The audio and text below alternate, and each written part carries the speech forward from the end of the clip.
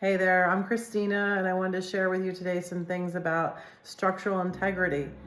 And we have three elements that are really supporting our bodies, and they're the three P's in our body. And only one of them actually sounds like it starts with a letter P. So we have the Piriformis, that's the one with the P. We have the Psoas, which sounds like an S, but it actually starts with a letter P, S-O-A-S. And we have the Pterigoids, which is, I don't even know how to spell it, but it starts with a P. So you have the three Ps. And I want to share with you how to help relax and release each one of them. Today we're going to focus on the Psoas. Okay, so the Psoas, P-S-O-A-S, is a giant muscle that is running from our legs up through our back and into our spine. It's the only muscle that goes and connects from our legs to our spine. The other ones that are either in our back or in our legs, and it's the only one that actually makes a dual connection. So this one is the one that makes us lift our legs up. So we call it the hip hiker muscle. It's the one that does this. All right? Now, what happens is that muscle runs up our legs and in our back and up into the middle of our back. And sometimes it gets caught up and gets tight, and it will cause our backs to have pain, and we have low back pain. So what we can do for that is help by releasing the front muscles. Through the front, we can access the psoas. Now my ball just ran away, so I'm going to go get it because I just rolled out of the room. And I want to share with you this ball. So here I am back. This is a 4-inch therapy ball that I have that I bought. I bought 100 of them, but you can go to the store and get, some kind of like therapy ball. This is about 4 inches, and it is half squishy, and you can use it for therapy. We're going to use it for each one of these techniques. Today I'm doing the psoas. So the way to access your psoas muscle is first to find it. So what you're going to do is you're going to find laying down on your back, and I'm going to show you that in a moment, but I want to show you from here just a diagram about where it is. So if you find your belly button and you go about halfway between your belly button and the side of your body and then drop down about 1 inch or 2, that's about where your psoas muscle will connect, where you can actually feel it. Now, one side or the other is going to be probably more sore. It's usually one side or the other is like the tight one. But I always say, like, why not work both sides of your psoas? One psoas and the other psoas, and then you've got both of them helping out.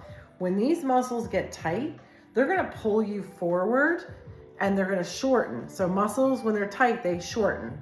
When they're loose, they lengthen. So when you have a shortened muscle, the psoas is tight in the front, it's going to pull you forward and then increase tension in your low back, which then will create low back pain. So if you got low back pain and people just want to massage the back, that's not fixing the problem. That's just kind of like putting Band-Aid on it. So the way to really fix a low back problem is to work on the psoas. So first, just find out which side is more tight, like maybe in your back, feel like which side is more tight. Then we're going to take a therapy ball, okay? And hopefully you can buy something like this, just simple one, or call me up and get one. And we're going to follow that belly button line, go over halfway and slightly down. And then we're going to come onto a yoga mat or the floor, or what I like to do is in my bed, snooze time. You know, when you hit the snooze button and you want to like just kind of sleep a little longer, it's a great time to do this. Put the therapy ball down on that spot. Now we're going to try this in 3 different levels because it's going to be a little sensitive in the beginning. So let's try the right side. I'm going to do it on the right side because a lot of times the right side is where your body's got the most conflict, where the right anterior rotation happens on most people's bodies. So in most people, the right side is the tight side. Can't guarantee it's going to be your side that's tight, but I'm just telling you, a lot of people, it's the right side. So we're going to put that ball over halfway and slightly down. And then you can kind of move it around a little. When you find like a hot spot where it feels like that's really hot, that's the psoas. You're going to say, whoa, wow, that's a hot spot. Okay, so I'm going to lay down now. I'm going to lay down on that ball. And then what I'm going to do is I'm going to take my right leg and slightly bring it out to the right, kind of like a frog leg. And then I'm going to come down onto my elbows and just rest there. And this is like a beginning position. It doesn't really hurt that much. It kind of feels like, oh, you know, it's getting a little work. But this is kind of how we start, because this is where we kind of introduce the psoas to the ball and the pressure. In myofascial release, we apply pressure over time. So about 5 minutes until you actually work into the collagenous barrier, where your body will start to activate its anti-inflammatory process and allow a release to happen. It takes about 5 minutes, even up to 10 minutes, to have a release happen where you can actually really get some good release throughout the back. Now, once you've done that right leg out to the side for a little bit, try straightening that right leg. So now you have both legs straight. And now you're going to start to feel even more pressure on the psoas. And what I'd like to do is introduce it slowly. That's why we put the right leg out to the right first, because you don't want to just jab into something that's tight, because your body's going to respond in a fight or flight. And we don't want to have fight or flight in our body. We want to let it trust ourselves into a release.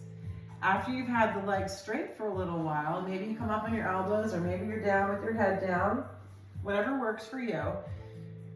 Then you can eventually move the opposite side leg out. And now you're getting maximum pressure on the psoas.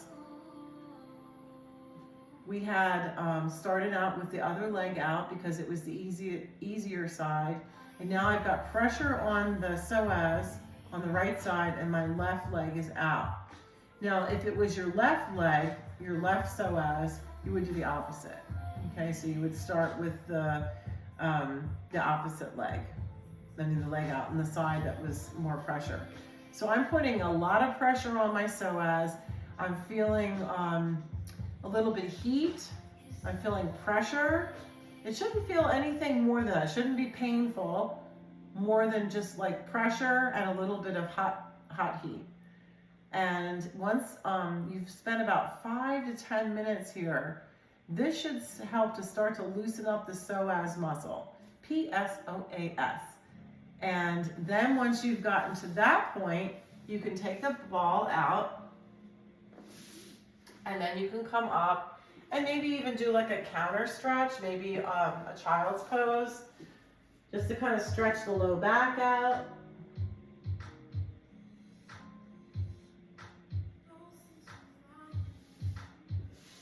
And then go from there throughout your day.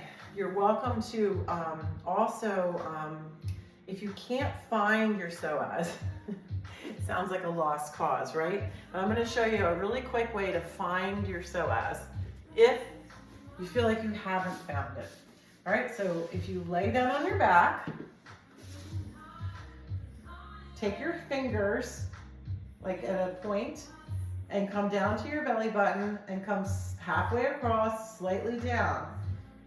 Turn your foot slightly out. So I'm working on the right side. You can do the same thing with the left. If you did the left, you bring your left hand out.